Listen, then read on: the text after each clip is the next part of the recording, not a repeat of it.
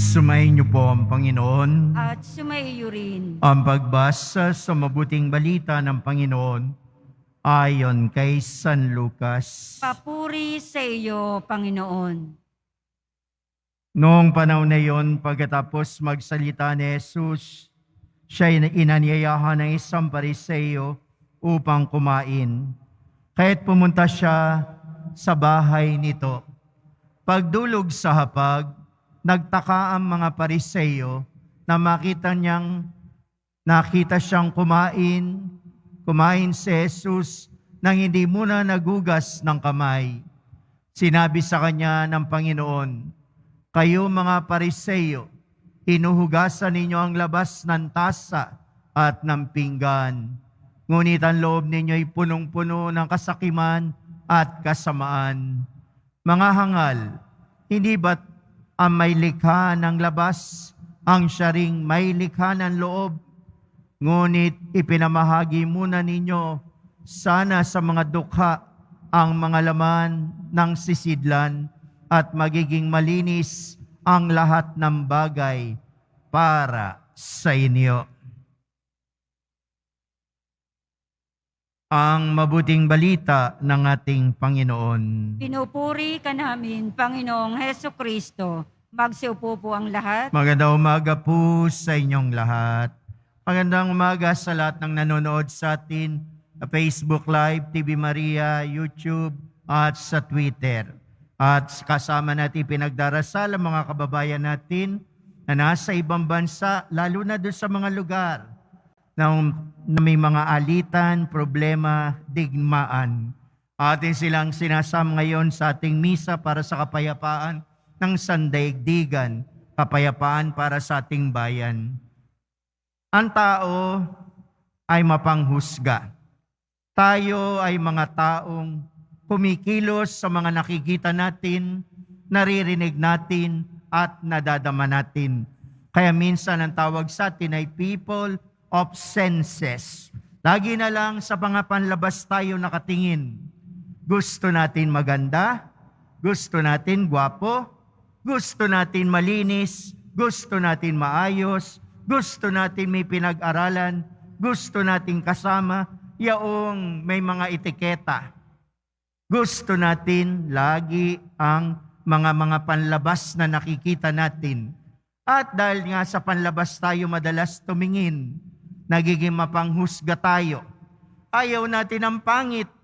Ayaw natin na naamoy nating mabaho. Ayaw natin na amoy putok.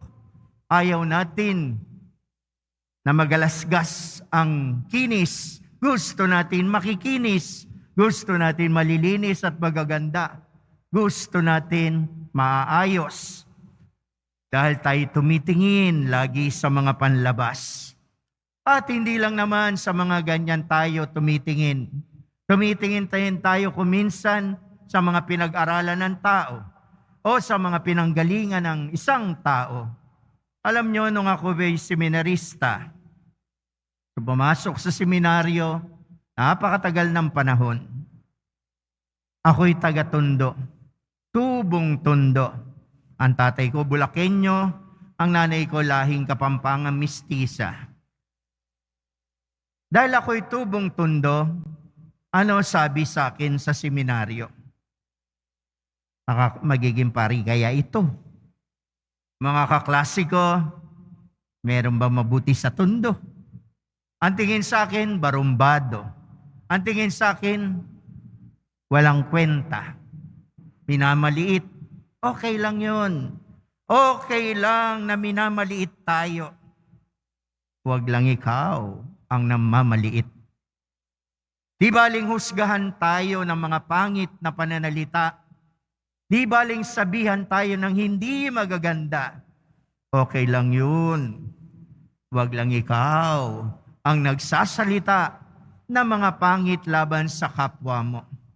Huwag lang ikaw ang nagmamaliit. Dinanas ko yan bilang seminarista. At nung ako'y naging pari, ganun din ang dinanas ko sa mga parokyang nai-assign sa akin.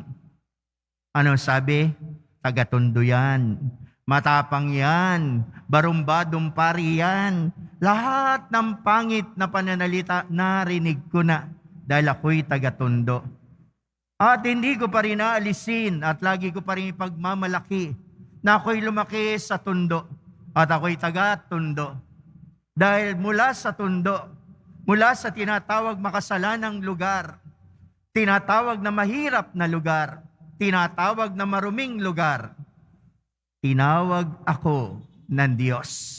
Isang patunay na tumitingin ng Diyos sa atin, sa mga nasa marumi, nasa mga mahihirap, nasa mga walang kwentang lugar daw. Pero ano ba ang mga kababayan ko sa Tondo? Sa katunayan, napakarami naming naging pari na galing sa Tondo. Siguro dahil sa debosyon, sabi nga ni Father Dave Concepcion, sabi niya sa akin nung kami nagkukwentuhan, siguro dahil may debosyon ang maraming tao sa poong Santo Niño sa Tondo. Kaya lumitaw. Hindi mo ba napansin, Father, sabi niya sa akin, kung saan may debosyon sa isang lugar, lumilitaw ang mga tinatawag at tinihirang ng Diyos. Dahil marami sigurong deboto, nagdidebosyon, tulad din sa Quiapo, marami nagdidebosyon. Kaya marami naging pare, naging madre, marami nang galing dun sa Tondo, dito sa Quiapo, maraming nanggaling dito dahil tumitingin ng Diyos.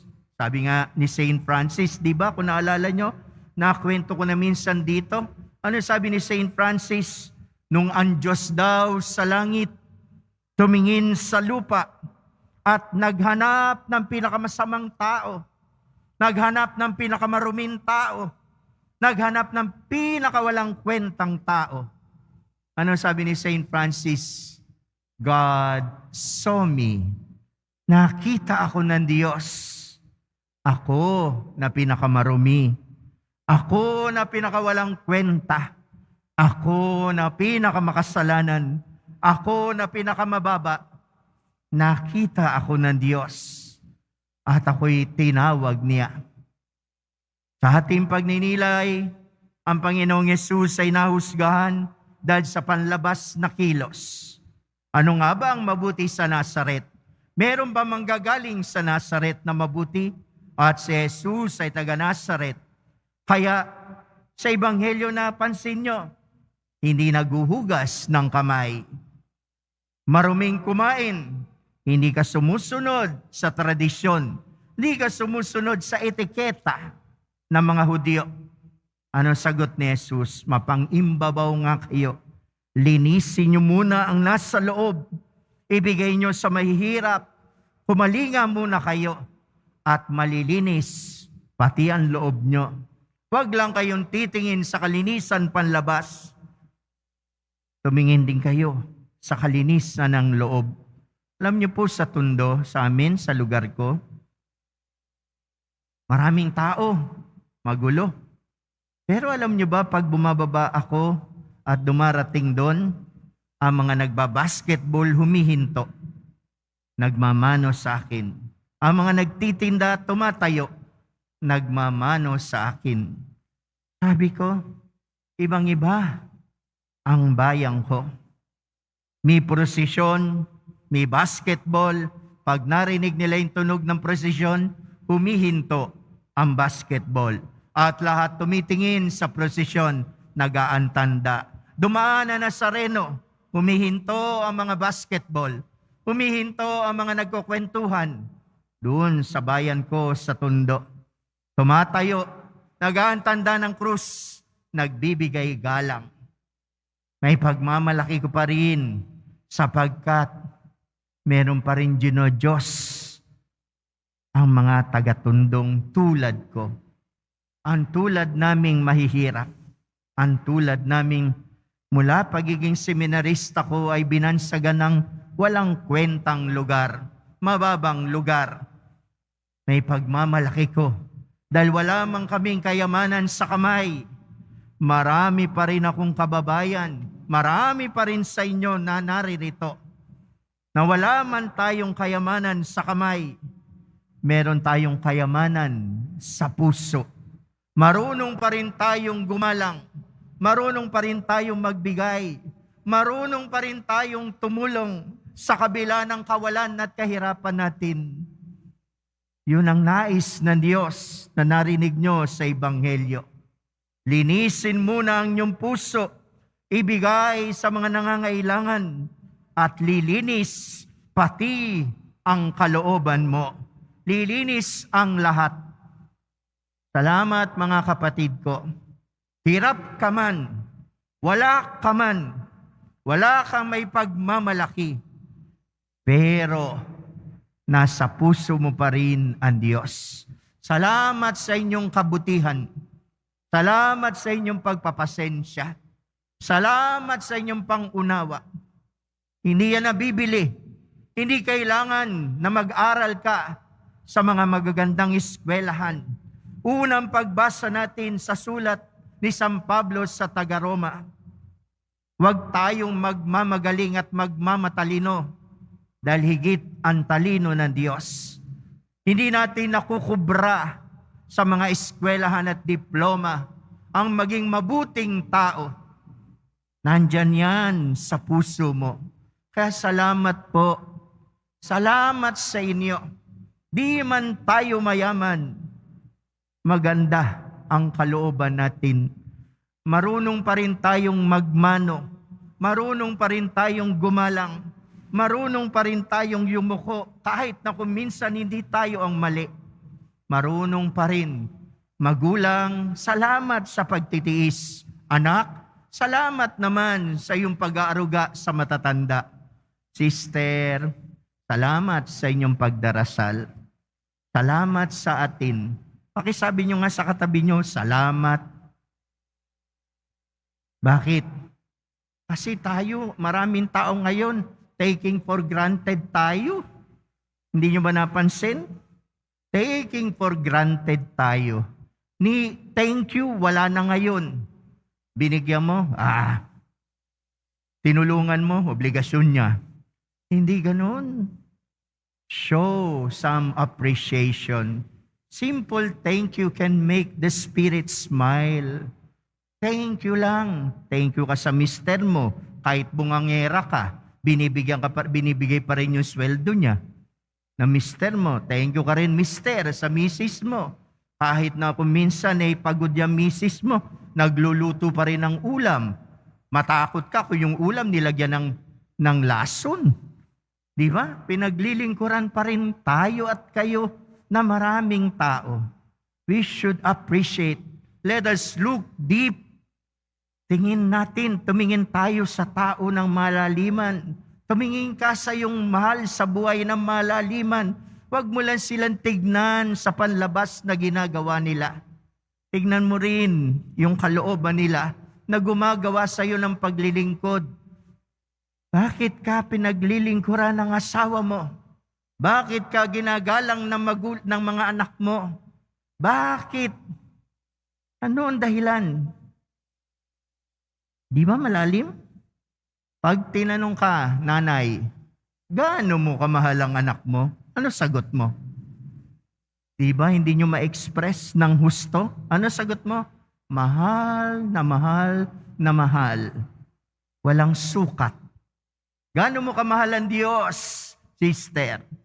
Mahal na mahal na mahal. Walang sukat. Higit sa panukat. Bakit mo mahal ang mister mo? Basta. Mahal na mahal na mahal. Tingin tayo lagi sa puso. Tingin tayo lagi sa ninanais ng Diyos. At tayo kanyang pagpapalain. Amen po ba? Amen po ba? Amen po ba? Amen. Basta magpakabuti tayo. Tumitingin ng Diyos sa atin lagi. At mahal na mahal tayo ng Diyos. Amen.